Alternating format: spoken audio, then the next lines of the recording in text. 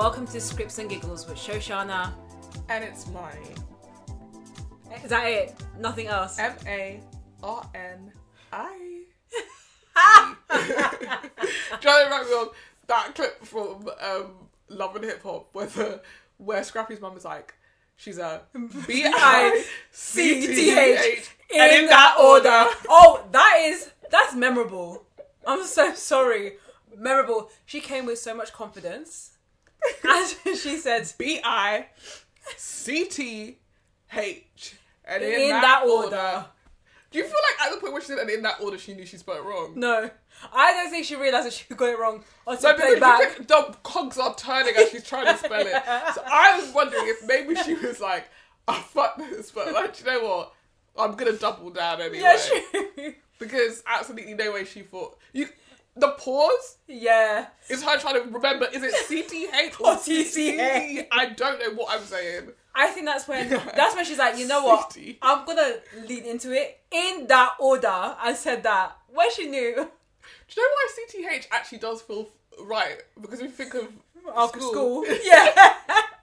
Not to name and shame us. Not to name and shame us, but CTH is it does feel order like that those three letters yeah. should be in. So. And a lot of the girls were B-I-C-T-H and in that order.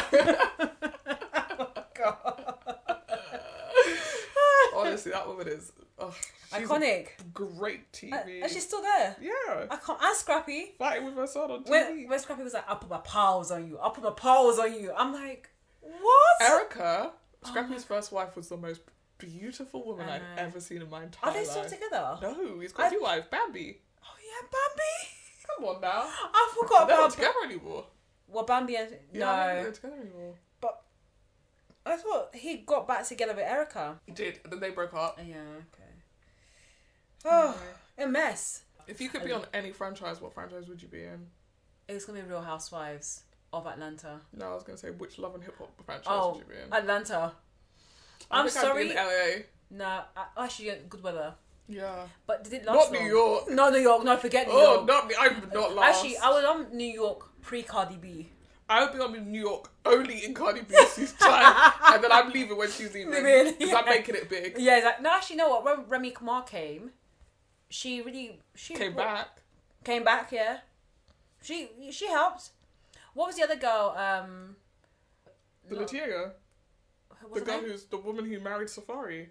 Not her. Can no. you believe Safari used to go out with Nicki Minaj? No, and he every was a time I ghostwriter. That's such a crazy thing to do because he's such a massive cornball. No, what's he do? I saw a clip yesterday of like him, Nicki, and will.i.am performing on like the Late Show, and he's just dancing in the background. It's so funny. It looks like a sketch. It honestly looks like an SNL sketch. One of my favourite moments of Safari, he was on the Breakfast Club and he was performing his song and he brought out dollar bills and was spraying it.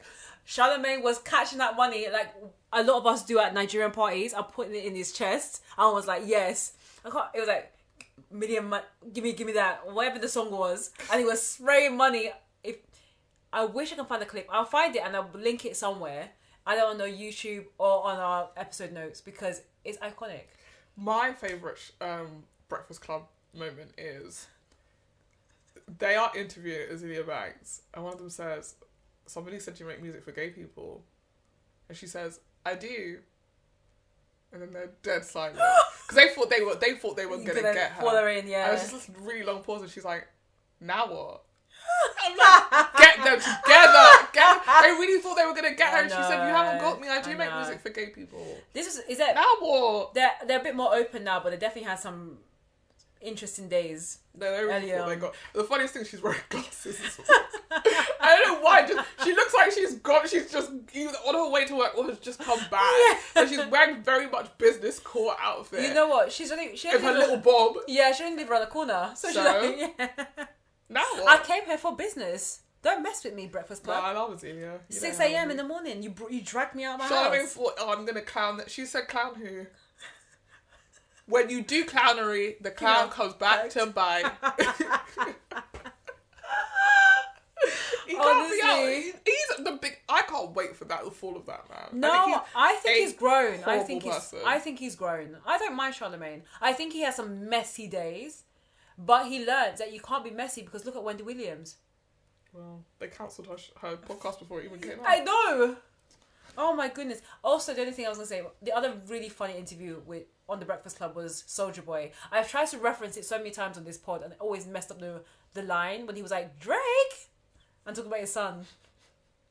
Did he cry? No, he wasn't crying. He was just saying, Drake's son. Drake's son that he's hiding from the world. But the world wasn't hiding from his kids. I don't know if that was the exact line, but it was something along those lines. And then when he said that Drake stole his flow, tell me what's really going on. So then he was like, look, it's exactly the exact same as Crank That. Is it? Oh, what was his big song? Yeah. Soulja Boy yeah. Is it? I don't know, but either way. What about Kiss Me Through the Phone? Is that not a Soulja Boy? Oh, actually, no, maybe he meant Kiss Me Through the Phone. He was like, isn't that the exact same as Kiss Me Through the Phone? This man made 2 songs and we can't get rid of him. I can't believe it. Fam. We're stuck with Soulja Boy. We're never going to get rid of him. Oh. This is an episode of Atlanta. He's cemented himself as a part of our culture. He won't leave us alone. He's honestly part of pop culture. But yeah, no, I think, actually, yeah, I was reading that on social about how Soulja Boy was so iconic that Apple... Like, he was one of the first stars that they did Apple marketing with because they gave him an Apple phone in, I don't know, either Kiss Me Through the Phone or Crank That. Because it had grown so big and grown so viral. So people sleep on Soulja Boy, but Soulja Boy's out here. Yeah, that's what actors and people hear. You're not like, let me get on the dance floor. Soulja Boy. Talking of dance floors, we didn't hear Soulja Boy over the weekend. No, it wasn't that kind of club. I mean... Yeah, we went to a club over the weekend for a friend's birthday. The whole GIRLies. How did you find it? I actually had a really good time. I mean, it was crazy when we walked in because we walked into a club to eat food, which honestly should be banned. No. What are you doing trying to see a knife and fork in front of you when there's strobe lights above you, music screaming in your ear, you can't hear anything. You're trying to order food, you don't even know we ordered. When we were trying to have conversations, I was cracking up. My throat was so dry the next day. Oh. I was so sore. The next day, I literally felt like I'd been to a football match. Yeah. And been hit by a car, which isn't a rarity. But that was weird. I was like, if this is what the whole night's going to be, I'm not feeling it. No. When they put us at our table, and it was this little metal stand. And I was call it a table. It wasn't a table. And I was like, where are you going to put all our serviettes, knives and forks? So like, don't worry, we'll bring another metal stand. It's like, great. There is actually 6 of us, so how are we all going to sit around this? Exactly. The food was good though. The food was good. I really feel like once the food hit, I was like, do you know what, tonight might be a good night. Oh, I agree, yeah. Then the sort of drama about whether we had to leave or go upstairs or leave. Yeah. Or go upstairs before the club started was a bit annoying because I was like, we're getting different information from different members of staff. And I honestly feel like that's what the ethos of that place was. The staff are just making it up as they go along. Yeah, disorganized chaos. Ooh. Organized chaos, sorry. Not disorganized.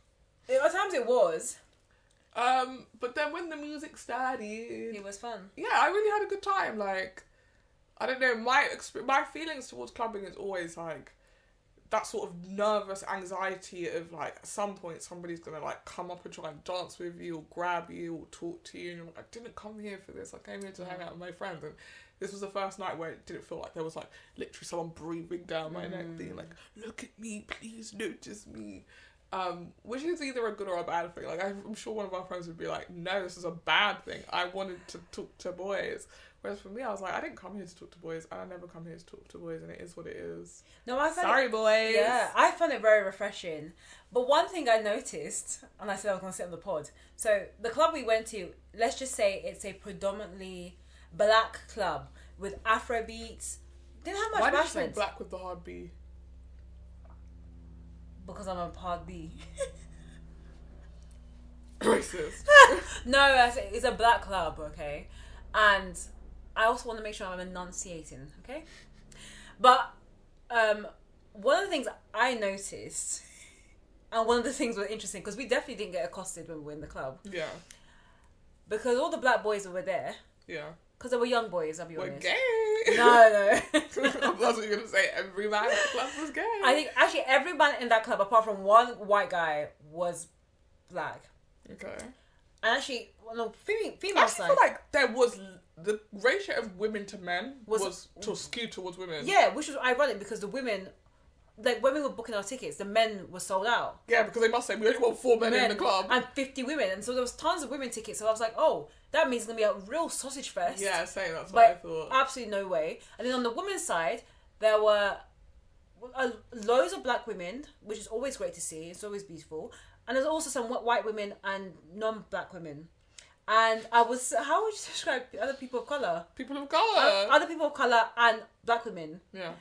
And white women as well. And I noticed the only women that got accosted and was getting moved to were the white women. I did not notice that. I noticed that. I really wasn't looking. I really wasn't paying attention. Yeah. Like, I don't know what it was. I just really was like, I'm kind of in my own world today. Is it because you like white boys and there was no white boys there for you to see? I had the lamb chop.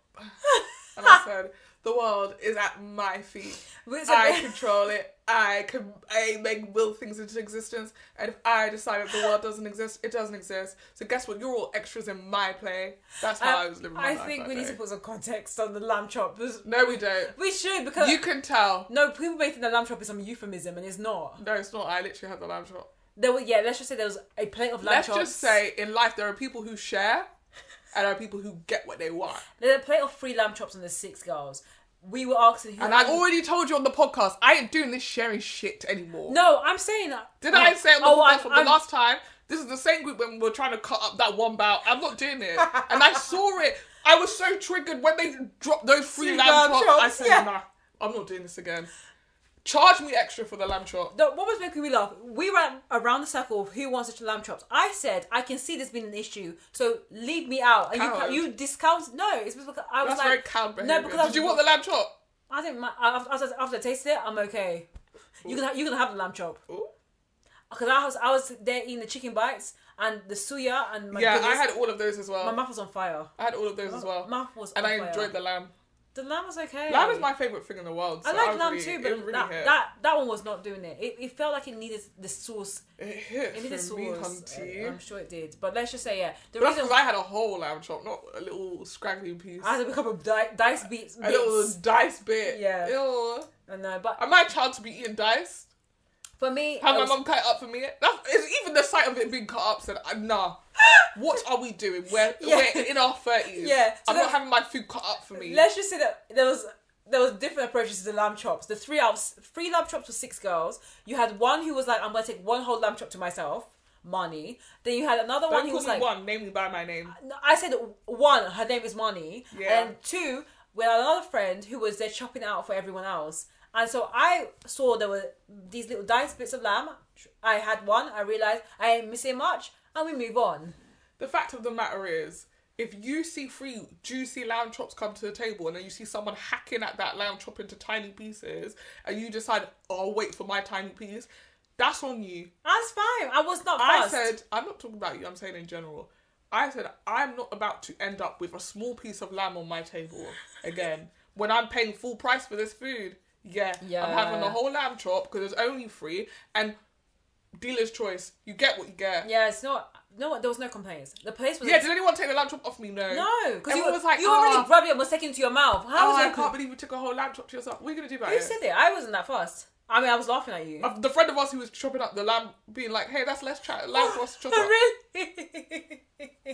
I said the birthday girl can have a whole lamb chop to herself. I've decided I'm having a whole lamb chop for myself. So basically, you're saying there's 1 lamb chop for you, 1 lamb chop for the birthday girl, and then 1 for the rest of us 4. 1 for one of you. I'm not. Why did we say we were sharing? I'm not sharing. We should have got 2 lamb chops. Everyone had. I said this when we was ordering the food. Oh yeah. The thing is, it's so loud I couldn't hear you. It was so loud. It is what it is. Yeah. At the end of the day, I really enjoyed. I tell you what. Apart from that, to me, I was not fast. The music was great. It was always nice to spend time with my girls. The photos back reminded me just how beautiful my friends are. Oh, that's really cute. I'm not in those photos, so I'm actually gonna slap you because you are. The ones where you're dancing. I'm gonna be honest. I posted those photos in the group and I did not look at them. You know what? I realised there were a couple that was like one face was blurred, and the other 5 were clear. Yeah, I'm posting this. It was like a full camera roll. I felt, but you know what? it was just always nice to look. It was nice to look back and be like, I actually had a good time. Yeah, it was a good time. It was a good place. No, with good food, very expensive. Black boys were only getting to the white girls. It was as if it was a reflection of the dating scene Not today. Kwame. It's not a club that's perfect for Kwame. It was a club. Yeah. Alex. I don't think Alex would have enjoyed it because it was Too many blacks. Too many blacks. Yeah, too many blacks for Alex actually. So yeah, but apart from that, it's always interesting to be in those kind of spaces because it's crazy. I really didn't notice it, but I always feel like as the person who is quote unquote exotic in any space, yeah, you're gonna get a certain type of attention. Yeah, true. Like some of the friends who are not black in our group, they flagged like there were certain things they experienced that I did not experience, and it went over my head, and it's only because I was looking at and observing things that I noticed, and I made that observation earlier. But yeah, it's different because okay, imagine if we had gone to a predominantly white club. Yeah, we would have felt very much othered. Yeah. So, yeah.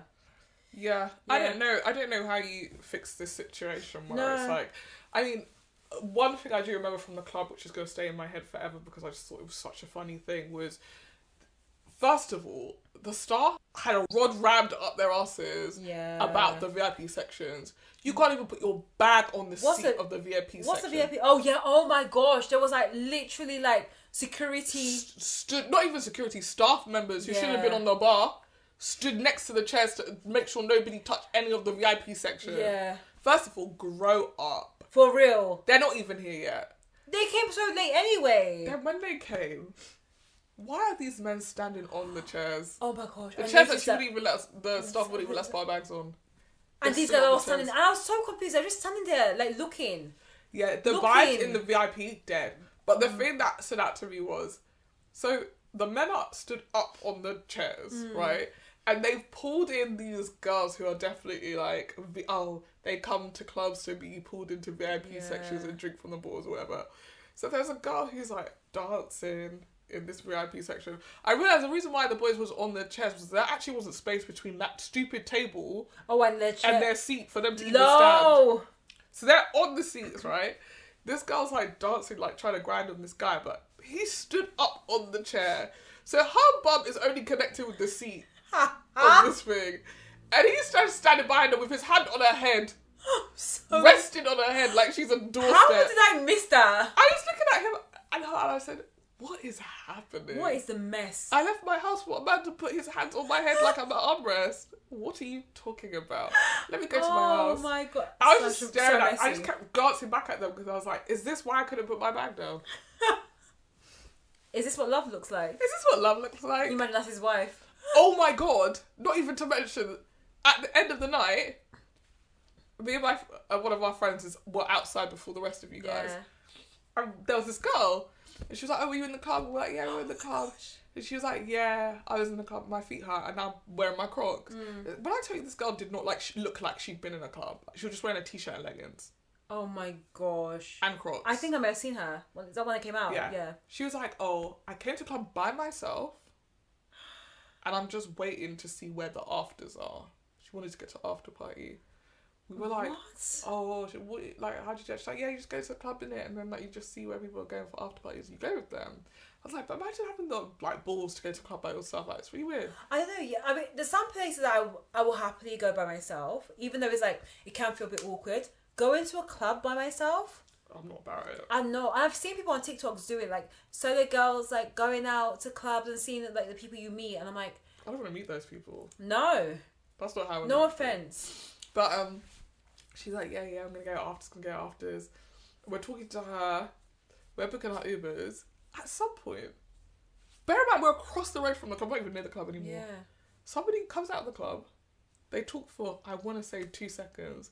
And she hops in his Jeep. And they go. And afterwards, I was talking to one of our friends. I was like, did we just watch someone get kidnapped? No, she must have known what she was doing. Or... is she a prostitute? That's what I was thinking. Yeah. Is she a sex worker? Because why have I come to the club and I'm not even in the club looking for the after party? I'm across the road from the club, just sat there. What's the deal? Hoping that someone will come out of the club to come and see me and be like, you. Let's go. Wait, then you got in the car. Yeah. That's how people get murdered all the time. Well, she just Wait, I'm so confused. So the guy came up to her, Yup. saw her sitting there. Yup. Yeah, she must be. Because we said to her, oh, well, how are you going to go after this if everybody who's going to go after this is in the club? And she was like, I'll just wait till people come out. No. But I realised where she'd sat herself basically was near old dude's car.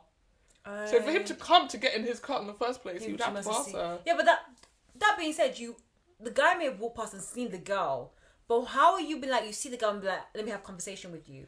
Well, one of our friends was saying that maybe they had spoken in the club.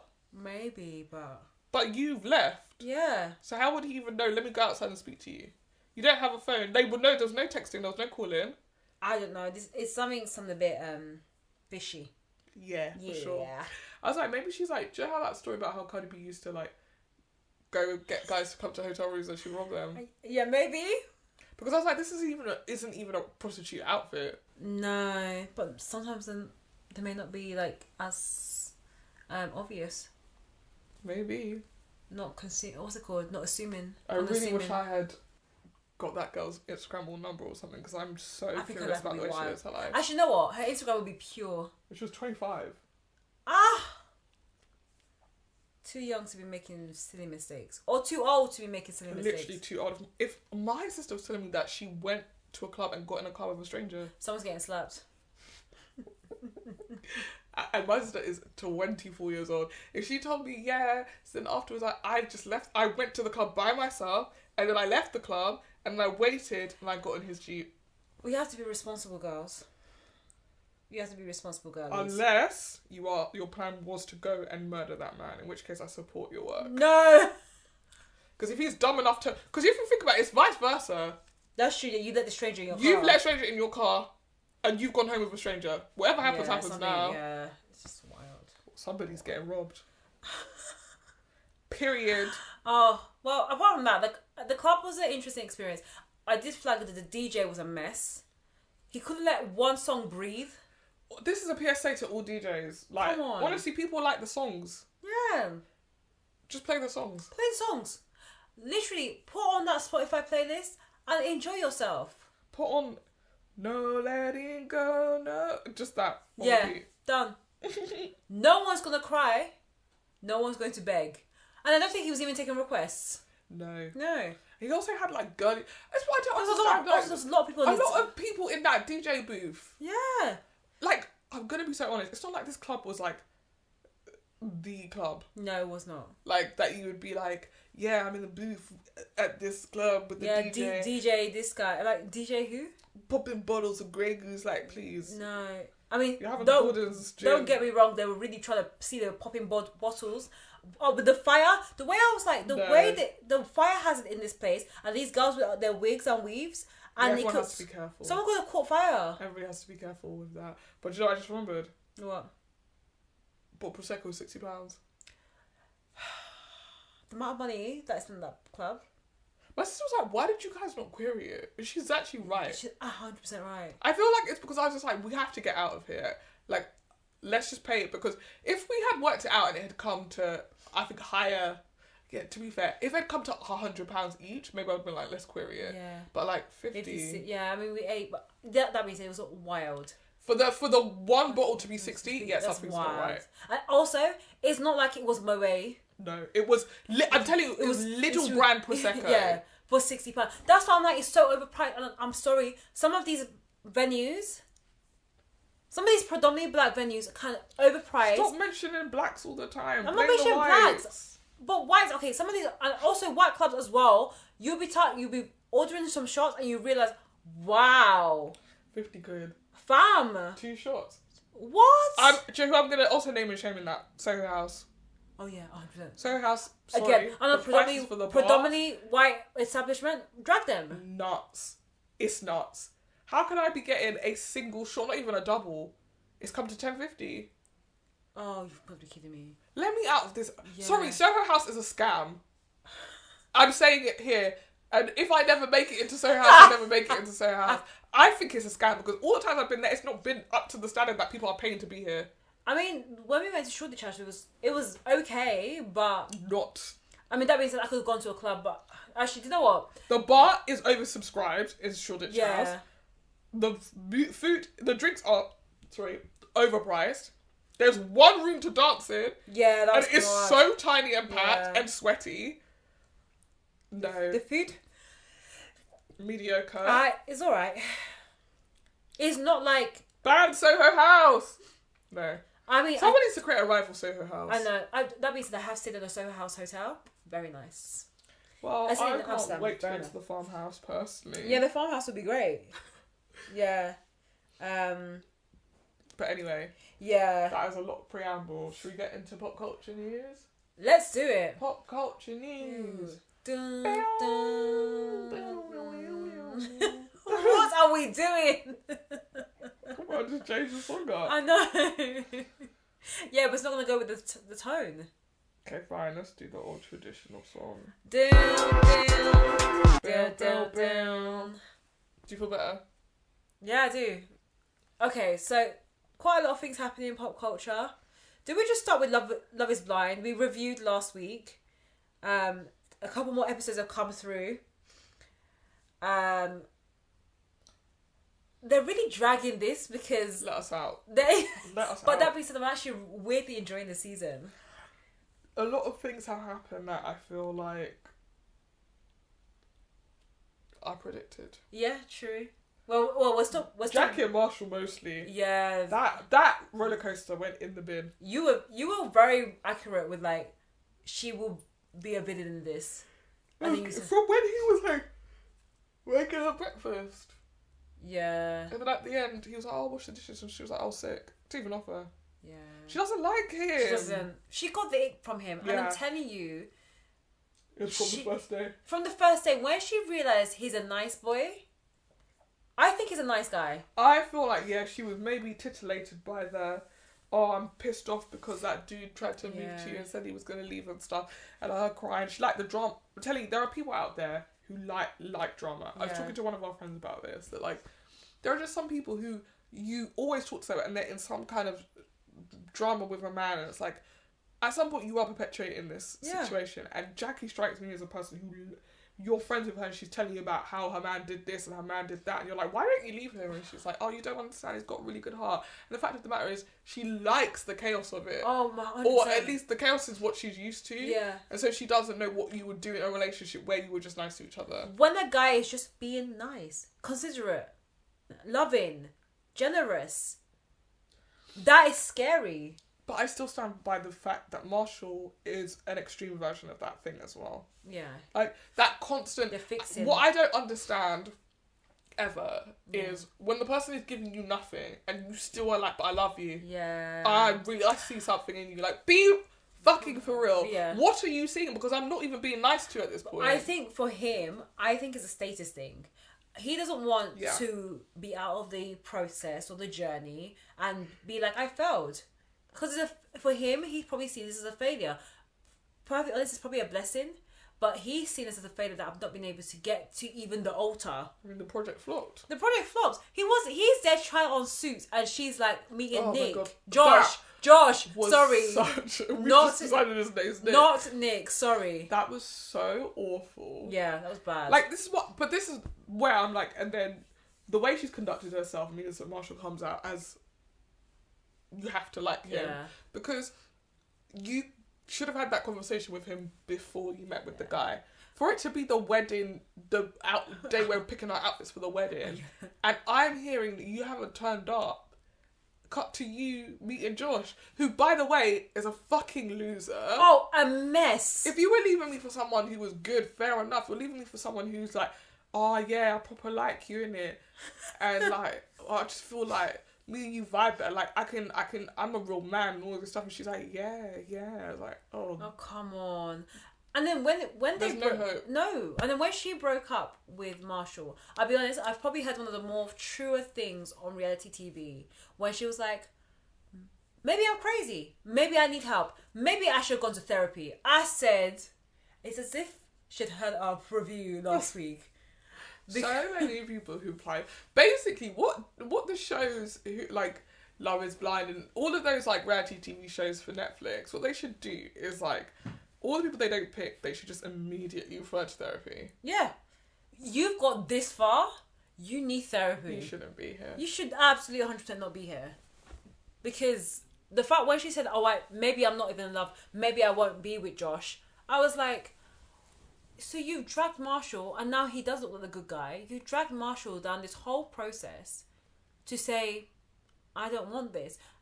I mean, I'm happy you've done this now versus at the altar, because that would be an absolute mess. But that being said, how is Marshall going to the fittings and knowing that something's wrong? No, it's just unpleasant. And I just always feel like to me, dating is all about trying things out, and sometimes it's not going to work, and sometimes it will work. And even if it doesn't work, you can be... There's still a level of care. Like, you should just like the person enough to be like, hey, this isn't working for me. I wish you all the best. But for you to do stuff like be dating someone behind their back and all that stuff, it's like, are you really going to sit here and say that Marshall treated you so badly that he deserved this? Yeah. Because you just seem like an absolute asshole right now. Yeah. And the right thing to do was just to have the conversation that you're having now before. Yeah, I would have preferred you have done this conversation and decided, I don't think we're going to get down to the altar. Do that off camera. And the next day, just as all the girls are getting ready to go into the bridal shop, you're like, me and Marshall had a discussion. We decided this is not for us. Full stop. At least it would have been a better blow than him there trying on suits and you're there chatting with Josh, planning your future with him. Literally. I don't know. Yeah.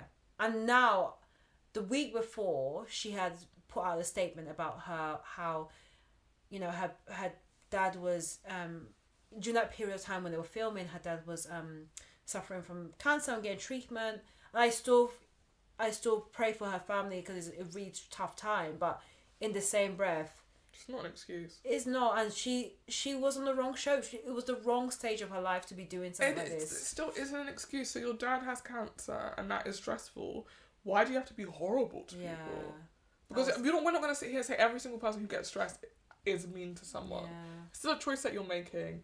And I feel like the thing to take away with Jackie is like the cowardly way in which she conducted herself by not telling him, I'm not feeling it, is indicative of how cowardly she is about approaching relationships in the first place. Yeah. Because she knew if she sticks it out with Marshall, she is going to be in a relationship. Yeah. Whereas with this thing with Josh, it's not going to last a week. No. They're not going to be together. And then she can go back to what she was doing before, which is completely being alone. Yeah. And then being like, oh, I want to meet someone. And then you meet someone and you throw it away. Then you go date someone who's a bum. Then you go, oh, Joe, I'm going to be alone. It's a vicious cycle. I hope that this experience will open her eyes, be almost like a mirror to her of like how she views relationships. Because there are some people who are just afraid of being in relationships because they have been in such awful relationships in the past. So they self-sabotage. Or just sabotage in general everything they've been, or any potential relationships. But yeah, I'm hoping that is a eye-opening for her, and we'll find out at the reunion hopefully, which is going to be filmed live on Netflix. That's very crazy. I think it's going to be quite exciting. I'm actually excited about it. Very crazy behaviour. I can't wait. We will see the tea in real time. I want someone to fight, but I don't want someone to fight. But I kind of do. Oh my god, no! I want someone to fight. But actually, argument or like fisticuffs. No, I think it'd be. I want some argument with some, real tea. I want some.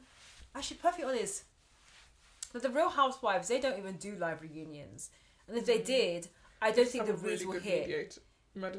Moderator. We need Nick and Vanessa. It's weirdly emotional at certain points, and then not. But the problem with them is just that I feel like it's quite clear that the contestants come on and go, I do not want to talk about X or Y, or they're not going to give them anything when they ask them, so then they just stop asking, which is fair. I'm not going to keep being like, so what was the honeymoon like? Yeah, it was good. Yeah, I think it could go two ways. Either we're going to get the tea, especially if something like, my prediction is like Kwame and Chelsea are not together. But if we get the tea that there were some things that went down, that's what I want to hear. I can't wait, and I feel like they robbed us of Irina being at that catch up with where Zach and Bliss basically announced that they're getting married. Like, I would love to see a moment between Irina, Bliss, and Zach, personally. Yeah. I think there's gonna be a lot of friendliness. Like, I'm just so happy for you. But now that all of the episodes have aired as well, I just feel like at the reunion, some teas in the Especially Irina and Micah, now that all of their antics in the women's courts, because a lot of the stuff that they did, the other girls didn't see. No. Okay. Well, I'm hoping that there's some drama. I hope everyone doesn't try to be here being like PC and super. I mean, please, of course, be PC, but please don't be so kind that we're not gonna get drama. I think the problem with reality TV now, right, is that when you're on the show, I feel like you could lose yourself and behave in a certain way. That's great TV. Yeah. But once you're out and you'll be inundated with negative messages online, you're not coming onto that reunion to do anything that you think will lead to more negative messages. That's true. So look at everyone's going to be Colleen. doing kumbaya. Yeah, look at Matt and Colleen from series 3, where Colleen looked like a shell of herself. Honestly. From her ballerina days to terrifying to watch. It was just so sad. Even after the altar, she looks a mess. But I don't know. But maybe if it's so close to the show airing, the emotions will be high. Give them a bit of alcohol, get them loose. I mean, that's what they definitely did with Josh. Yeah, true. I mean, I feel like that's why American realities, basically any reality TV show out of the UK outside of the UK is in a better place at the moment, because they can still drink. Yeah, true. On their shows. Yeah. Whereas we can't because too many people have ended up committing suicide based on, which it's not their fault. Like, there is a host of reasons why that happens, and the backlash here is immense. But it is such a recipe for people to feel a bit more loose and lubricated. That's the thing. Well, yeah, we'll have to wait and see. Yeah, I'm nervous about it, but we have to wait and see.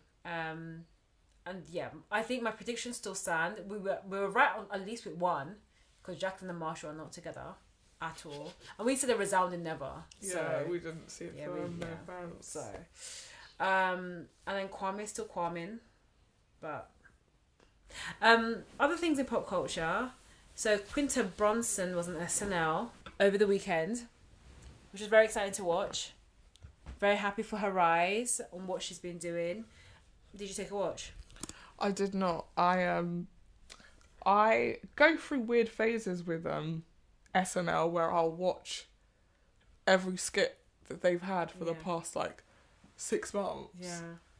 And then not watch anything. So I don't know, 3 months from now I'll be like, those Quinta Brunson sketches are so good. What was the last thing I watched on there? And I was like, this is pretty good. Yeah. I can't remember. Maybe it was a Pedro. No, Pedro Pascal. It wasn't. It was what's his name?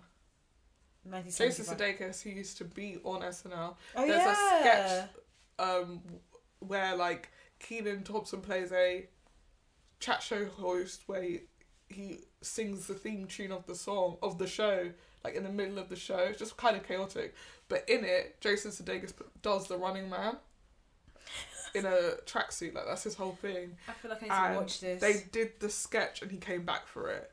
Okay. And everyone was like, "Oh my god!" Yeah. And so did Fred Armisen and all of that stuff. Who's Fred Armisen? He was also a SNL cast member for a really long time. Okay. Is he the one of the cast members that doesn't make it? I have no idea who he is. Fred Armisen. No, he's in a bunch of things. Okay. But maybe he hasn't necessarily been in anything that's really travelled across the pond. Yeah, maybe.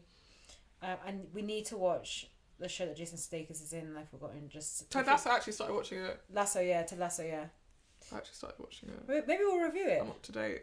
Oh, really? Yeah. Oh, wow. Okay. It's an easy watch. Is it? Okay, I've been needing something to watch, and we've got quite a lot of things lined up for the next couple of months. Yeah, there's a lot of TV coming out at the moment, which is just so Yeah. Why can't you guys spread this out properly? Wait, is normally, as someone who works in TV, it's normally at the beginning of the year it's packed, and right at the end of the year, September onwards, inundated, show, hit, constantly. Honestly, on a daily basis, I've made a note of something that people are talking about. Yeah. I'm like, oh God, I can't keep up. Yeah. But I have, even when people are recommending me stuff, I'm like, you know what? It probably needs to be 10 people to recommend. I remember when Squid Game came out a couple of years ago, and everyone was like, you need to watch it. I got recommendations from different spheres. It has to be different spheres and different groups. Saying that because we were in the midst of lockdown. So what would you do instead of watching it? We weren't in. We were in lockdown. Did it come out 2020? Yeah. Yes, I was watching other shows. I was perfectly honest. Tiger King. I was watching Tiger King. I was also watching a lot of like re-watching of shows that I just love and give me comfort. Normal like People. Friends and Normal People was a mistake. Because I got that was inundated from work. Girlfriends. I binge Girlfriends, binge Friends, binge Sex and the City. All the comfort, easy watching, because when you're in the middle of a pandemic, all you want to do is sit down and you just want to just lie there and not think about what's going on. And you definitely don't want to switch on the news. Anything that's not the news. The news was really hard to watch during the pandemic. Exactly. Just felt like everyone, even the newsreaders, were like, kill us. Yeah. Let us die. This is the longest apocalypse that's ever existed. Oh my God. Put us out of our bloody misery, Come on. really. And then on Thursday at 7 p.m, you can go out with your pots and pans and start smashing it for the NHS. I didn't do that once. I did that once. I did that 2 or 3 times, sorry. I said it. I sat in my house and I said, yeah, congrats. Like, don't get me wrong, I feel like the NHS is a vital service, but bang your pots and pans is doing what for them? Absolutely nothing. Please. When families out there burning to the ground. When they're out here striking, you're like, oh, the thing is, you guys need to be in the hospital. You don't care about these people. They worked non-stop for 2 years while you were sat in your house, and now they're asking you to just help them get to a point where they have a living wage, and you're like, it's just going too far. I'm not surprised that people are leaving in their droves. It's actually, can you imagine if you've been working in the NHS for the past 4-5 years, you've worked through a whole pandemic, come out, inflation's gone through the roof, and they ain't paying you the exact same level as where the inflation is. You're actually taking the actual piss. I mean, the government is. The government constantly is. Listen to all the podcasts where we ranted about them. Yeah. Listen to our 2022 review of them. Literally. That is the first time and the very few times that politics have we got political. Creeped into the podcast. Political. Yeah. But what were we talking about again? Quinta. Yeah. How did we get to the pandemic? Oh, yes, now. Pots and Pans. Ted Lasso, Easy Watch. Ted Lasso, yeah. Easy Watch.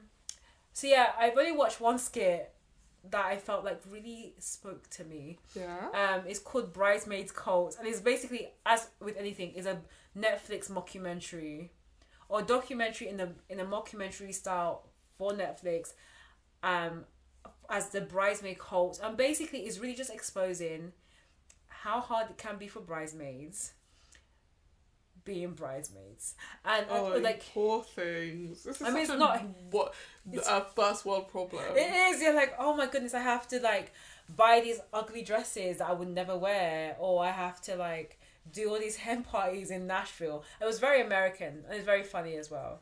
But someone who is going to be a quote unquote unofficial bridesmaid later this year. I'm so sorry. If you are calling me unofficial, I'm not spending a penny. Fam, we talked about this off the podcast. I'm not going to go into detail, but let's just say the money is mounting. I'm not saying spending a penny because the I'm money unofficial. Is mounting. I'm only spending money on official merch. Why am I spending money on unofficial? Yeah. The money is mounting. Are you having to buy a specific dress for this? No. Thankfully, they were like, if you want a guidance, you can wear a certain colour. Thankfully, the dress I was going to wear for the wedding is the same colour as the guidance. Thankful. I'm so grateful. Because when I started to do the maths of travelling, accommodation, I realised it is as if I'm spending a little mini holiday on myself. Sorry, go on. I'm not going anywhere. Apart from the wedding. Would you be one of those brides that expect your bridesmaids to all wear the same dress? So yes. Yeah. Let's move on. Yeah. That being said, it's hard because maybe when I was younger, I was like adamant, like absolutely yes. But in the same breath, I also understand that my friends have different styles and also different bodies. Yeah. And one person's style may look great on one body type and may not look as I'm going to tell you now, I'm not wearing an ugly dress. Yeah. So if you try and be like, this is a dress, and I try it on, I don't like it, I'm not wearing it. So either you have to excommunicate me, or I'm walking down the aisle in an outfit I want to wear. I fell into the TikTok of bridesmaid stories where they're like, I was fired as a bridesmaid. I said, fam, there's girls, I'm getting TikToks where people are getting fired from their jobs, and now you're telling me you're getting fired as a bridesmaid? It's tough out there. I'm trying trying to think. What would I'm not. Would you not get people to wear the same dress? No. Same colour? No, because do you know what I really actually quite like? Whenever I've seen it, where people are wearing different dresses, but they're all like complement. Royal, like really like a bold colour, or they're all pastel coloured, or they're all like there's like something thematically across all of the dresses, but it's not necessarily same cut, same style, same colour. But for that to work, you all have to be fashionable, and you're gonna tell them to buy their own dress. I'm gonna tell you what dress to buy. So maybe this is what I'll do. I'll do my dress fit in. Yeah. All of you guys can weigh in on my dress, and then we'll do each a dress fit in for you, and you'll get to pull your favourite 4 dresses that you want to wear, and I'll tell you which one I want you to wear. That's interesting. I think it's hard. I don't want any surprises. No, I think everyone needs to agree on what you're gonna wear, and because especially if you're like in the photos or if you're in the bridal party, I think the bride should have a say. Look, it's hard. I would think that the bride will either contribute towards the dresses or buy it for the bridesmaids. That's what I've only been a bridesmaid once, and my dress was bought for me, and I've only worn that dress for that wedding. I've never worn it. I've never been able to wear it because it's not a type of dress that you would wear again, unless I get to go on an amazing date where he wants me to go very, very formal. I've just never had to wear that dress anywhere. So yeah, I think if the bride is gonna choose what you're gonna wear, I think that it makes sense because it's their day. Yeah. It's hard. It's not. It's actually quite simple. I was just thinking, how would I do it? Like, I'd maybe pull like 10 dresses, and you get a choice of which ones. Yeah, and I'd make everyone draw a number, and they can go up and choose their dresses in that order. That. I think like when we were doing the like gifts. That would be. Yeah, I like that. I'd be carnage. I like that. And guess who got what they wanted? I told you Saturday for me was about getting what I want. Yeah, of course you did, because you just stood there and was like, I want this. And I went there and gave you a whole biblical sermon, and you just laughed in my face. I did not. Well, I said to you, very Caroline, Jessa, not Jen. Yeah. She was like, no. I said to you in a very calm voice, that was a nice speech, but I'm still getting there. It's just ridiculous. And guess what? I got it. I don't know. I told you, in this life, there are the people who cut up the lamb, and there are the people who take the whole piece. And you cut up the lamb. When it came I didn't even cut the lamb. I ate the lamb. I ate the lamb. When it came to that picture, that shot glass, you cut up the lamb. I guess. Whereas I took the whole lamb chop. Like the dice of lamb, I was less interested in it. Yeah, sure. Yeah, sure. Yeah, sure. I think for my future brides, I would probably want the same colour. Maybe not the same dress, unless there's a miracle and there's one dress that works well on everyone. That's not going to happen. How do you know? Because I like to dress how I feel at the time, so... So I have to wait for the day that we're getting married for you to tell me how you feel so I can get you a dress that looks good as a bridesmaid. First we have to get me a dress. Am I not paying for the dress? No, I don't. I mean... You're going to pay for it? No, I'll never say never, but I would ideally not want my... I don't want to put them in money, in money. How expensive is this dress? Well, let's see. Yeah, if you're like, it's a £600 Versace. It's sort of about £600. Do you know what? A £6,000 Versace. I'm like, get Versace to pay for it. Actually, it's a rental. I think I should have there's so many discussions about brides and bridesmaids, like what are you expected to pay for and what you're not supposed to be expected to pay for. Because I've only had one experience as a bridesmaid, and my dress was paid for me, and accommodation was paid for. And the only thing I paid for was my hair and makeup. Actually, no, I didn't pay for my hair. I did my hair. I'm actually I would rather not pay for my makeup, pay for my dress, and potentially not pay for my hair. Yeah, I mean, no one wants to pay for their hair. No. Not for these braids out here. But then it does mean that I feel like for that to work, you need to have spoken to that hairstylist to say, well, I want to do this on that day. Yeah. Because I'm definitely not going there and they're like, so we're doing 8 ponytails. Like, are you joking? Ponytail. No. I think it's hard. I was reading, the different things I saw on TikTok were some of the brides were like paying for a whole chunk. And then some girls were paying up to $1,000 for everything to be a bridesmaid. And they're like, I loved it. My girl had a great time, which is great. You love your friend. No, I do I feel love- like I at love some that you love point your friend. as well, you have to remember, money, you can't marry it. And you can't Yeah. take it with you to the grave. So if you've got it, and it's once in a lifetime opportunity, isn't it? You're not going to get to be a bridesmaid at my wedding again, hopefully. Yeah, but God's grace, no. So spend the grand. We're gonna have to have conversations. No, we don't. This is the we debate. don't have to have any This is the debate of the live show. I will be saying to my maid of honour, who will be my sister, Yeah. the cost for the whole hen party will be £1,000.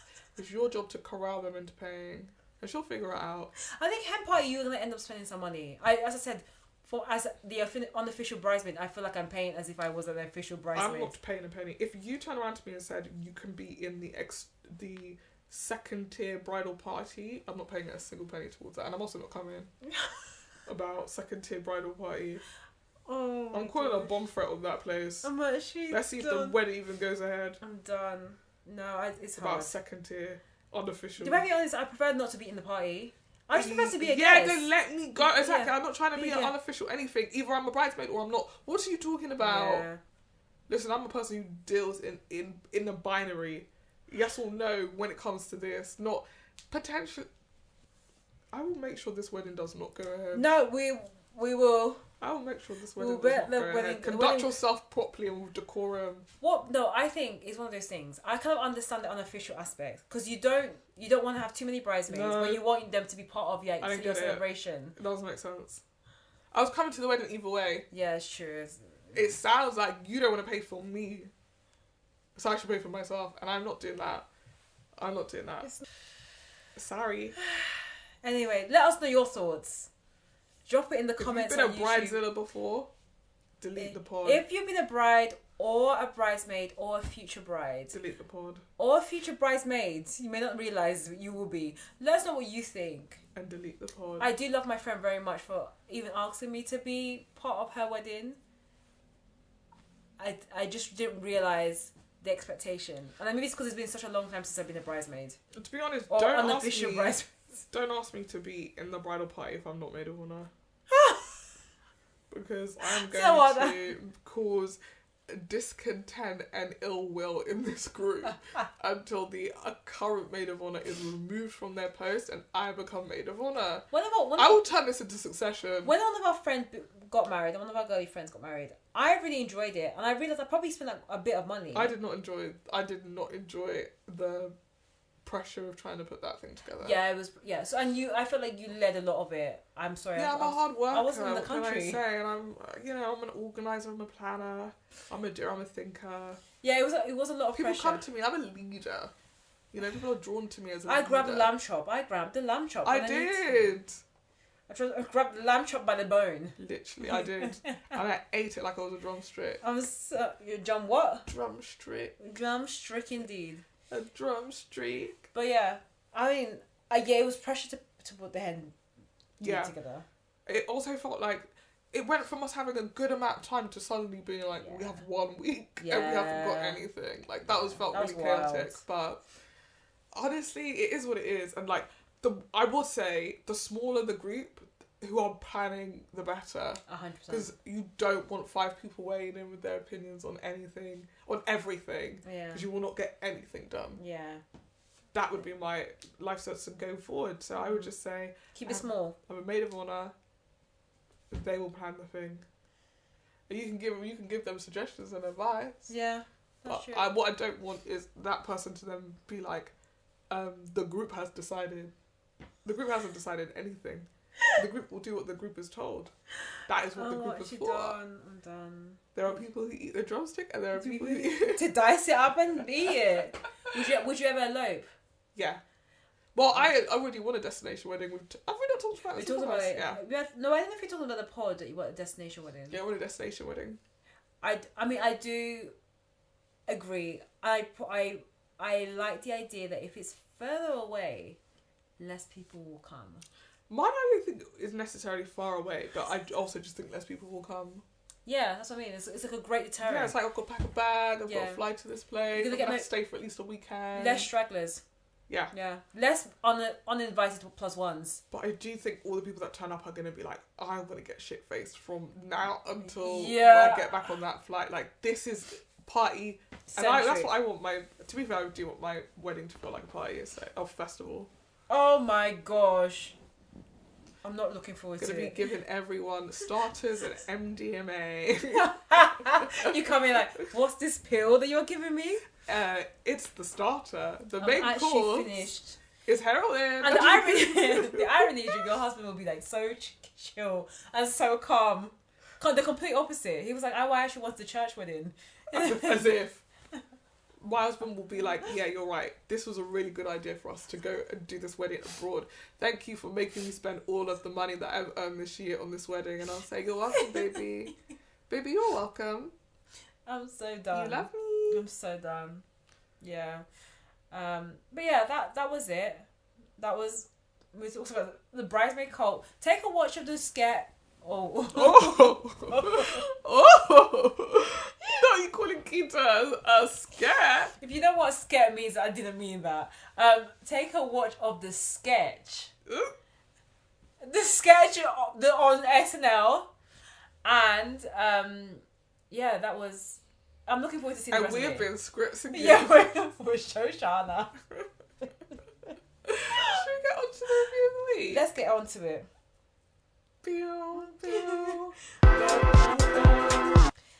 Okay, so I should put this big disclaimer. 2 weeks ago, we did say we were going to review Swarm. We said we were going to review Swarm, and then Love is Blind happened. We were knocked Swarm out of the water. 100% because we didn't realise we were going to have to dissect every single aspect of that show. Yeah. The beginning, the middle, and the end, and he still hasn't finished. Yep. And there's a live reunion. Yeah.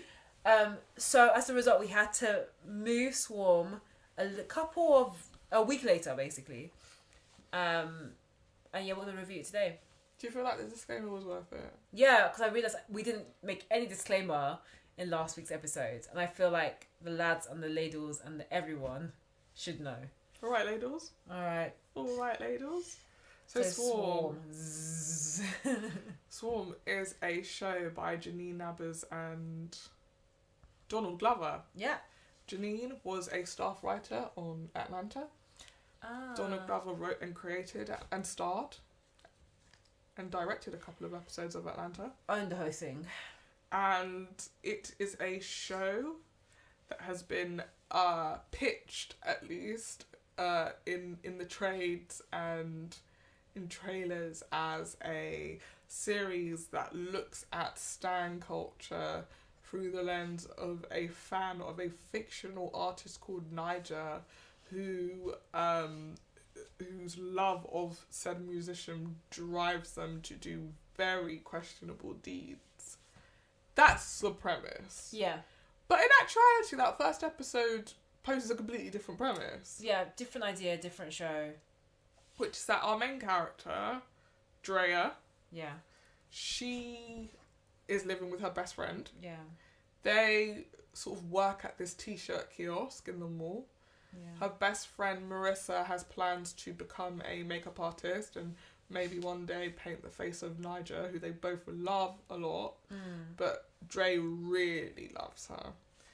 And one day, Dre is supposed to be covering for Marissa at work. Marissa's boyfriend comes in and distracts Dre, and the kiosk gets robbed. Yeah. Because Marissa was supposed to be working and wasn't, she got in trouble. So her and Dre have this massive fight, and Marissa decides she's going to go and stay at her boyfriend's house. Dre decides she's going to go out then that night. Yeah. Goes to the club, meets Rory Culkin. One of the Culkins. One of the Culkins, a new one.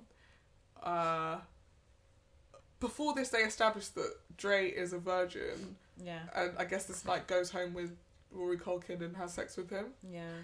And then the next morning he offers her some strawberries and his sort of mashed up penis, which I was like, this is such a aggressive image.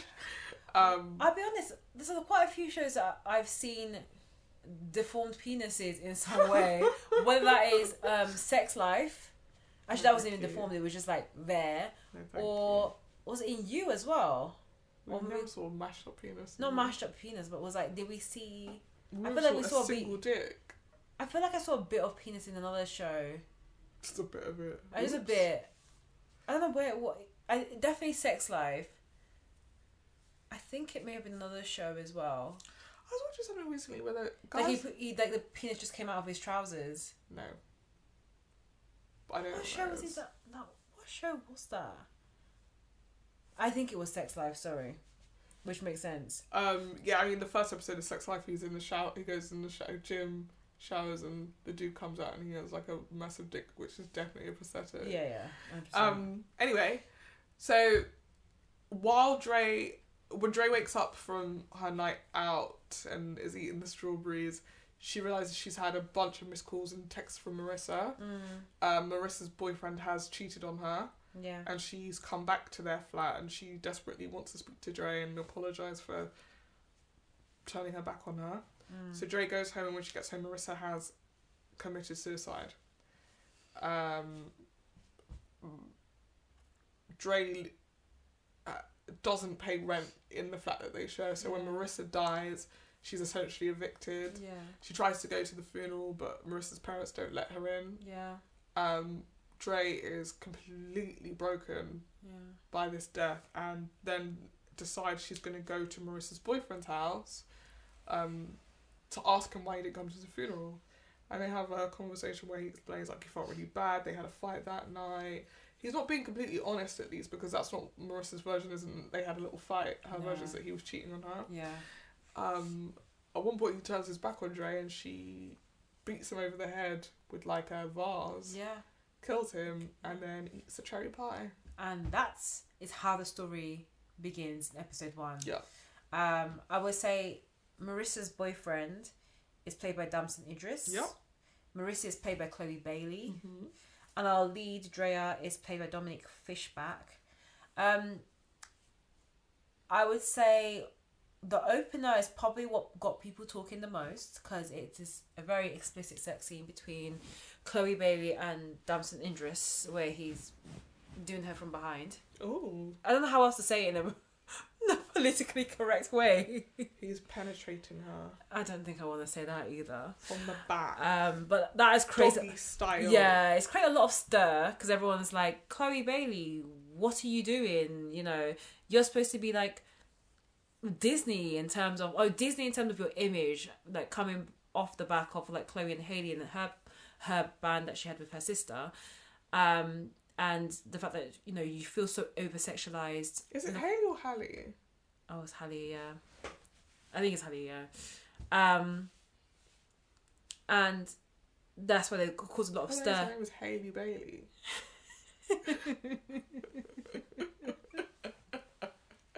Like a crazy name. I know, like Hailey Bailey. Sounds like it should be the name of a cookie or something. Oh, I'd love a Hailey Bailey. I'd love one. And so there was a lot of stir, a lot of criticism from her part. Of course, Chloe came out and said, there seems to be a lot of criticism from my part versus Damson. She mentioned that like her male counterpart isn't getting as much heat. Also, she always knew that there's going to be a sex scene in this show. It was written in the script before she even took the role. And that's just part of what she's doing. She's acting, even though I was on an interview with her and the guy was like, but people are on the internet just slow-moing, taking tags of that moment just to, do what people do. So I just want to make that point, because even though Swarm has created a lot of buzz, no pun intended, no pun intended, for its portrayal of stan culture, particularly Beyonce stan culture, I think it's also got a heat because of some of the guest stars, and most important, like some of the bigger stars, including Chloe Bailey. I would say after episode 1, I thought it was an interesting premise, and I felt like it done some work. I still was a bit confused about what the show was going to be about, because I was like, where's Beyonce? No, I assumed that was what it was going to be about, but I was like, okay, it seems to be interesting. Let's see how it goes from episode 2 onwards. And then over the course of the episodes, we get a barrage of Dre just killing people who don't like Beyonce. Or actually, episode 2... doesn't like Niger. Sorry, we're gonna be doing this all day. It kind of sets up in episode 2 that Drea is trying to almost like avenge Marissa's death, or most importantly, find out who killed Marissa. And I was like, okay, so maybe this is what the story is supposed to show us, or the series is supposed to show us who the murderer is. Well, no, she's not murdered. She commits suicide. Or who killed. Yeah, we know. Okay. Yeah. But what caused Marissa to kill herself, basically? Yeah. So that's where I thought it was going, and then it became almost like an avenging of Niger and people that didn't like Niger, and so she'll even ask randomers, you know, do you like Niger? Or one time she was in what's your favorite artist? It just says something else, then she'll kill them. Or if she's seen a tweet where the person has said something bad about Niger, then she finds them and kills them. And I'm like, it just had to get unnecessary with the killing. But it was like week by week she was killing someone. There was a lot of blood, and then the story was kind of moving on as she was navigating life without Marissa, being almost homeless. She became almost not a sex worker. She became a stripper. Strippers are sex workers. Some people consider them to be. What, strippers and sex workers? Yeah. Yeah, maybe. I was trying to categorize it in the best way, but she then joins a strip club. And she meets other strippers. They meet this guy, and Niger saw that the guy had tweeted some hate around her. Dre. What did I say? Niger. Yeah, I think what you realise, like, I feel like some of those episodes, I think that's what makes it feel so random, is that, like, they start the episode, like, halfway through the story, and you realise that Dre has deliberately taken the job at the strip club because she's trying to find the guy that they end up killing. Because he had something to say about Marissa and something to say about Niger, I feel like. Yeah. He said something like, that bitch got what was coming to her. But you're right, every episode is sort of like killing of the week type thing. It's like The Last of Us. It was like, we just come off a review of The Last of Us a couple weeks back. It was like The Last of Us but with less character development. Yeah, and more buzzing. The thing, so I'm just going to start talking about my opinions of the series overall. Let's do it. I actually feel like that the first episode I found intriguing. I thought it was kind of fun. I thought, I think I could spend some time in this world. But actually I found myself by episode 3 really struggling to continue watching it. And I knew we were going to review it, so I had to. But it was taking days in between breaks. I just found the experience actually quite bleak. Yeah. And the quest of I'm just going to kill people who've said something bad about Niger, to me, there was no emotional like drive behind that. But the one about trying to avenge people who had said things, trying to avenge Marissa by going after people who said things about her did make sense. Because first person she killed is Marissa's boyfriend who cheated on her. The second person she killed did have something to say about Marissa's death. And it felt to me like if you can just keep piecing this together through people who've had something to say about Marissa, I can follow the emotional journeys. Because she's saying, do you listen to Niger? I'm killing people who like Niger. But actually it's just sort of an extension of what she feels like she wasn't able to do with Marissa. The problem then is that we get further and further away from the Marissa of it all. Yeah. And we just start killing people who don't like Niger. Yeah. And it took too long for us to learn information about that character that would make us want to root for her or understand the journey she's on. So like episode 6 or 7 is the episode where Dre is stranded in Texas or somewhere. No, so she's going to Bonnaroo. She meets this woman who says that her and her friends are going to Bonnaroo, come and stay with us. Yeah. And it turns out to be a cult. Yeah. Run by Billie Eilish. Who is not played by Billie Eilish, the main character. But that episode to me was probably better even than the pilot, because it dug below the surface of Dre and made me more interested in her as a character. I feel like up until that point, she's just a person killing people. I'm not that fussed about who she is. And she's also such a sort of independent, isolated character. Even when she's in other characters' orbit, she's not the one propelling the story. She's just sort of lurking. Like, you know, she meets another stripper who's played by Paris Jackson, who tries to befriend her, and that whole thing is that she doesn't want to be Paris Jackson's friend, but you're kind of like, well, this is slowing down the story for you, because if she did try to befriend her, then we can get to the idea that she would kill Paris's partner because he is such a prick to her. Yeah. But instead she kills Paris' partner in Paris as well. Yeah. Because she's too chatty and wants to be her friend. Yeah. That's where it starts to get a bit wild to me. I was like, there's no rhyme or reason for these killings, and also we don't know a lot of these characters, or like we've not been able to root for them. So when they die, I don't feel sad. I'm just like, meh, okay. Who's next? You know, who is next in this like killing spree? And the same breath also, I don't know if I was buying into Dre's character until we got to the mockumentary episode, which was right at the end of the series. Yeah, that was going to be my next comment. Yeah. They packed all of her character development into the back end of the series. Yeah. Like, even that episode where she goes to Marissa's house, and that's where you find out that Marissa's parents had actually fostered her. Yeah. And Marissa was her foster sister. Yeah. But they're, like, pointing a shotgun at her and wouldn't let her come to the funeral and want her out of the house and are willing to kill her.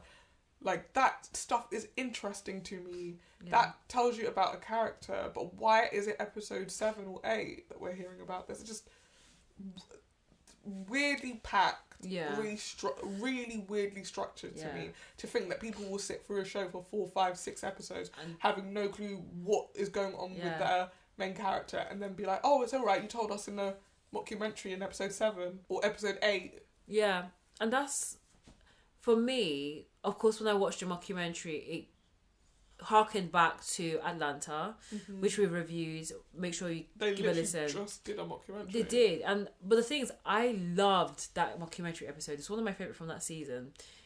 And even though it wasn't the most direct link to the series, it was a nice story. It was a strong story, and it had a message.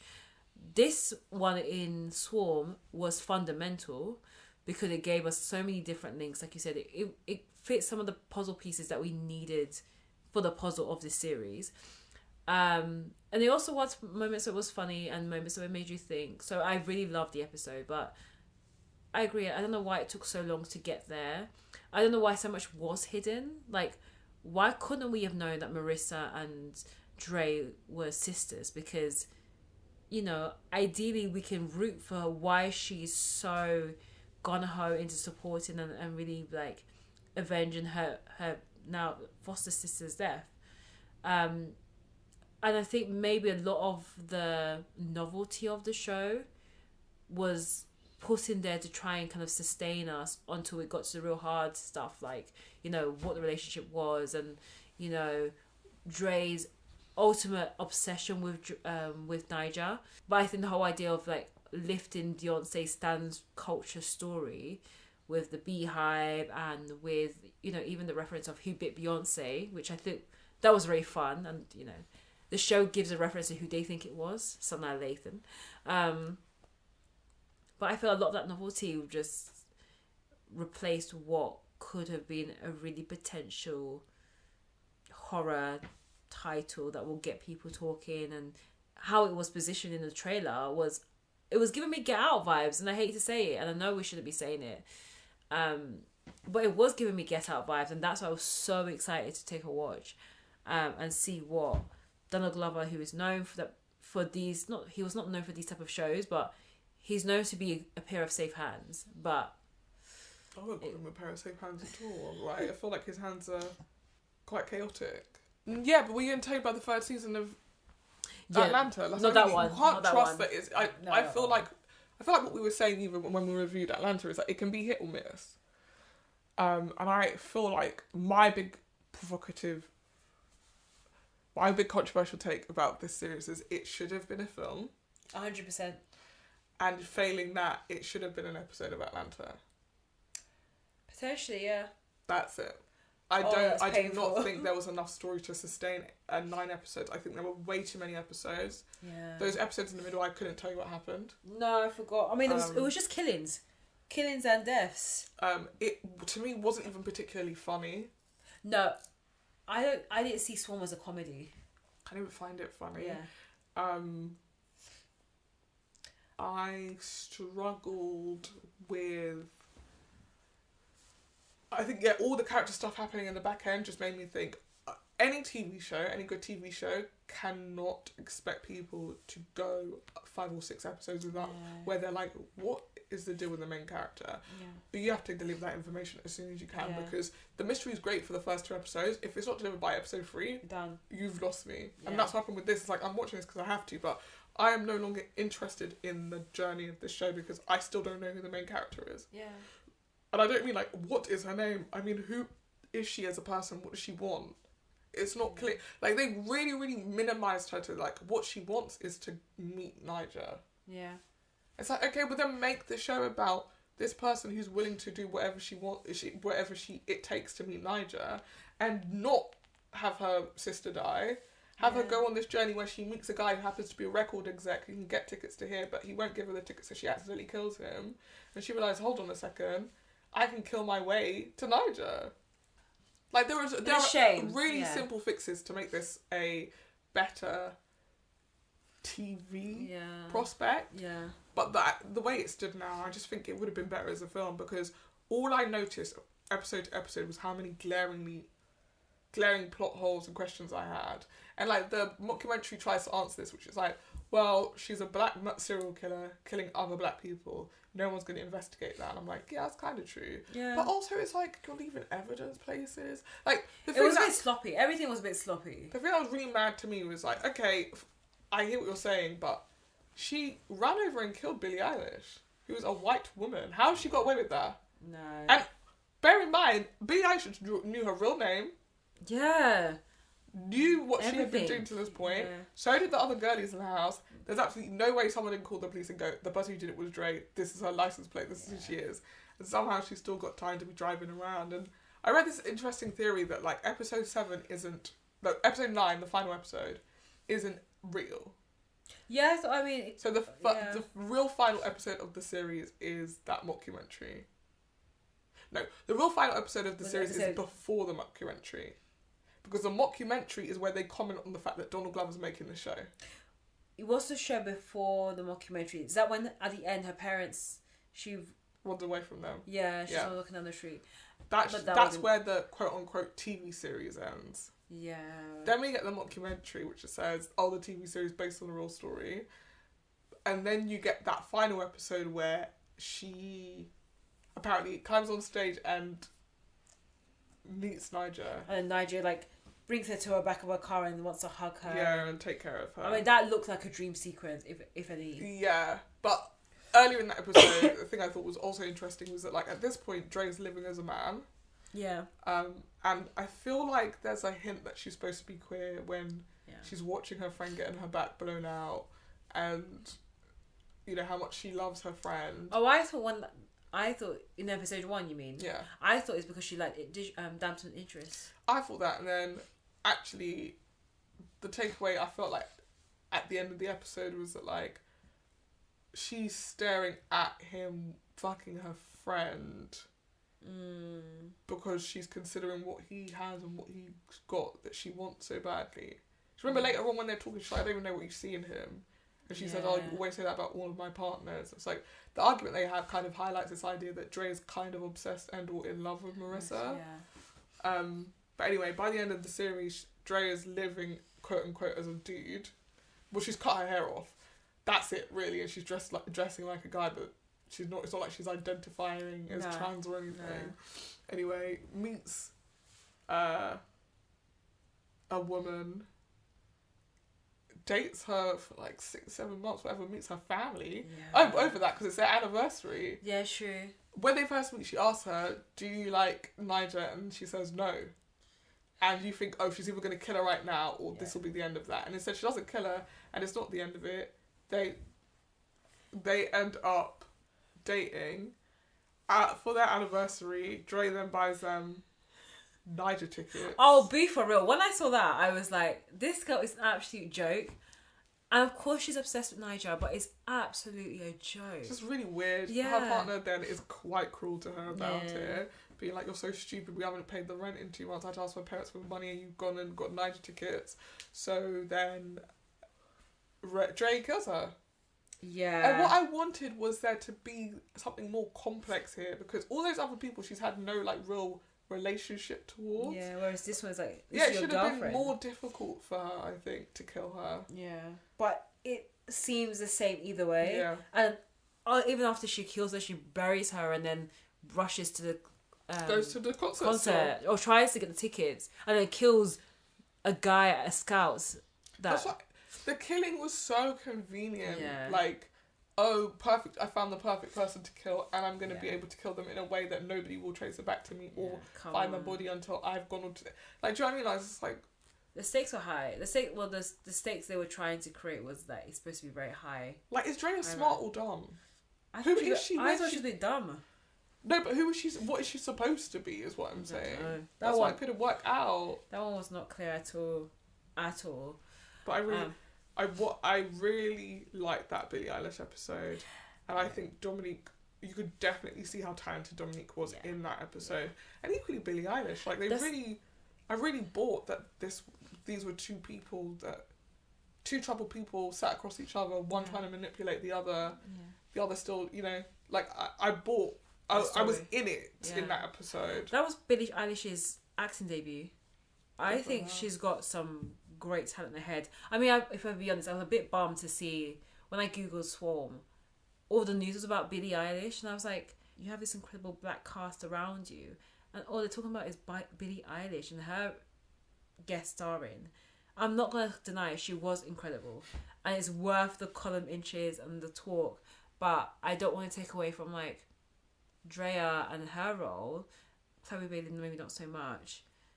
I think she did a really good job in terms of like driving that story forward. However, the story wasn't that strong. Yeah, I think she delivered a great performance. Yeah. Like there's something very intoxicating about her performance with Drea. Like I did want to watch her. I just want to know what she was going to do. Yeah. But I just feel like it couldn't have any levels to it because they didn't want it to have any levels to it, and I don't know. I just felt very unsatisfied by the entire thing, and I was talking to my sister about it yesterday, and she was like, she feels like Donald Glover is overhyped, and that is why the show got made, and that is why people are singing its praises. It's not that it's good, it's that it's Donald Glover. I mean, it definitely felt like a Donald Glover production, 100% when I'm watching it. Like and I don't disagree necessarily about the idea that Donald Glover was hit and miss, because we've discussed it on the podcast, but I think the thing for me that was really interesting about this series is it felt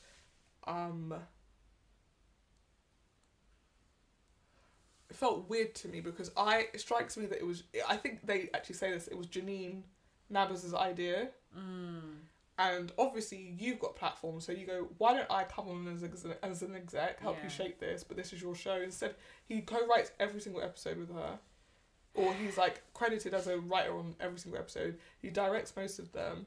It has basically turned into a Donald Glover vehicle, and I would love to know what it would feel like to bring, your baby to someone, and then for it to become something of that, and also to become something so hollow as well. This situation has given me an example of like when I've had colleagues, senior colleagues or bosses who have been like, I'm just going to join your meeting and I'm not going to say a single word, and all of a sudden they keep on speaking and then they take over and then change the route of the direction of the meeting or of the plans because they are the leader or they are more senior. Because for head staff and Donald Glover was still the senior person in that room. It's his production deal. So I'm not surprised why he wants to get his hands into everything and feel like be part of the weeds. So yeah, I can see why it felt and looks like a Donald Glover production, because that's what he does. Yeah, and his brother wrote on it as well, who he wrote on Atlanta. Yeah. I don't know, I feel like, Donald Glover has a brand, and I feel like sometimes he's a bit too clever for his own good. Yeah. And this was a perfect example of like, the comparison that you made to Get Out is like... And I hate to say that as well. No, and I get it, but the comparison to Get Out is like Get Out as a horror, as a piece of art, is actually very narratively traditionally told. Yeah. Here's your main character. Here's what he wants. Here's how he can't get it. Here's the antagonist. Here's how it's trying to take something from him. Like, it's all very clearly set up. I feel like with this, had it been clearly set up, it could have done for horror TV what Get Out did for like comedy horror and specifically black-led horrors. Yeah. But for me, it lacked the coherence because Donald Glover was too clever for his own good. Yeah. And I honestly feel like one thing about Atlanta that I really enjoyed and that you really enjoyed, because we are people that are very media literate, so we watch a lot of TV. I think it's probably alienating to a lot of people who don't. And I feel like Swarm is another thing that you would find really alienating. Yeah, yes and no. Did you find it inviting? Were you like, oh, this is kind of what I want to spend more time in? Or were you not like, God, this is a slog? After episode 2, I was still intrigued to keep on watching. Before the mockumentary episode, I was over it. Honestly was. Because I didn't know where the story was going to go. And after a couple of kills, I'm like, okay, I get it. Yeah. She's going to kill anyone who doesn't like Niger. She's going to be killing quite a lot of people. Yeah. But once I saw the mockumentary episode, and that was really interesting and seeing where the story was going, I was like, okay, maybe I'll try again. But yeah, I think it was an interesting premise. I was also interested in the guest stars as well. When Paris Jackson was on there, I said, I remember having to do a double take, and I was like, is that Paris Jackson? And also, did they make a point to her being black or white? It felt very tongue in cheek, as if the show is written for pretty much now, but also take a lot of pop culture references as well. Yeah. And also, of course, like referencing Beyonce, referencing Beychella, where she was at Coachella. Even the whole thing about the tickets was harking us back a couple of months ago when we were talking about Renaissance tickets, and the girlies on TikTok were there going, you know, if you don't get your tickets, get your tickets. Yeah, there were references. It was funny in that aspect because it harkened back to like the idea of stan culture and the fact that people are so gung-ho on it, and the fact that some people will be crazy enough to kill and do some nonsense that this girl did. But I think it was also a bit of commentary to society that it ain't that deep.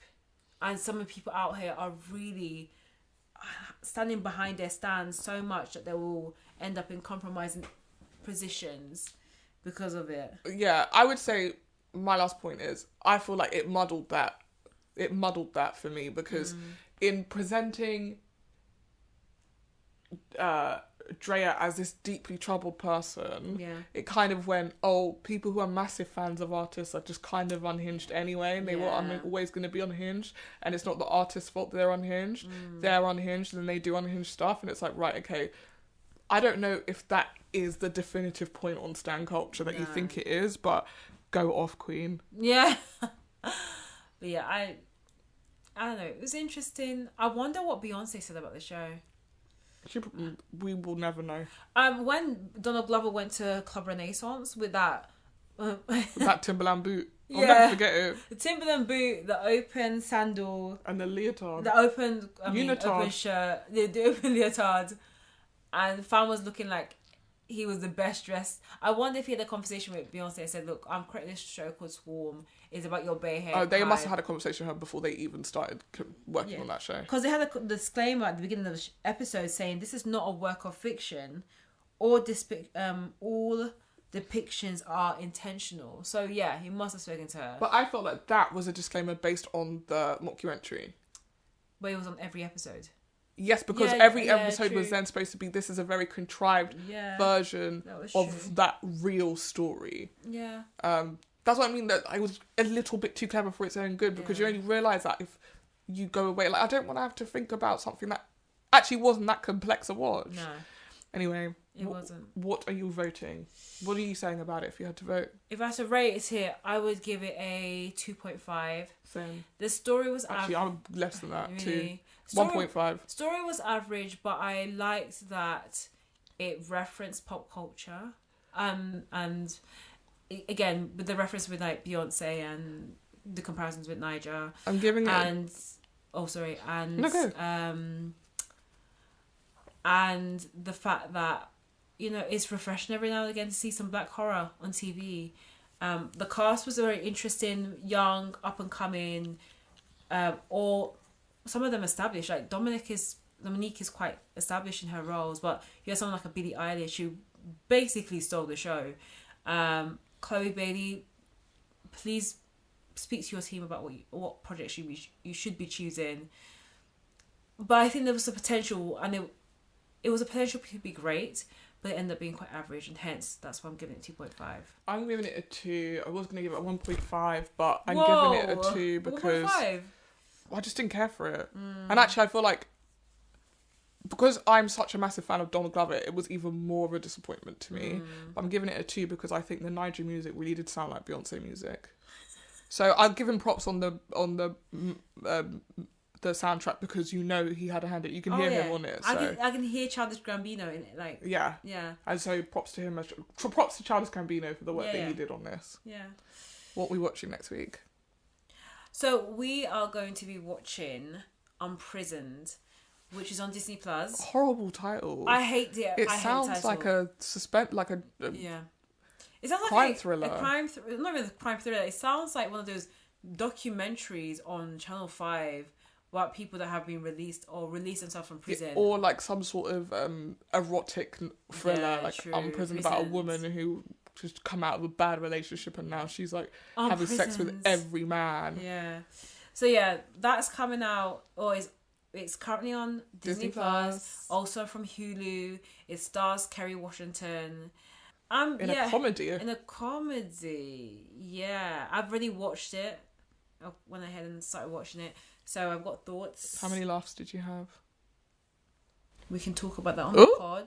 No spoilers, she said. Make sure you definitely take a watch this week. We're going to be reviewing it for next week. And remember to like and subscribe. And remember to rate us 5 stars on all of the podcast outlets. Exactly. Stan us. Don't swarm us. You can swarm us. Yeah. All right then, if you want to. Only a little bit. Yeah, only a tad one. But yeah, that was the buzzing swarm. Stop. I know. But this has been Scripts and Giggles with Shoshanna and Marnie. Thanks, guys. Bye.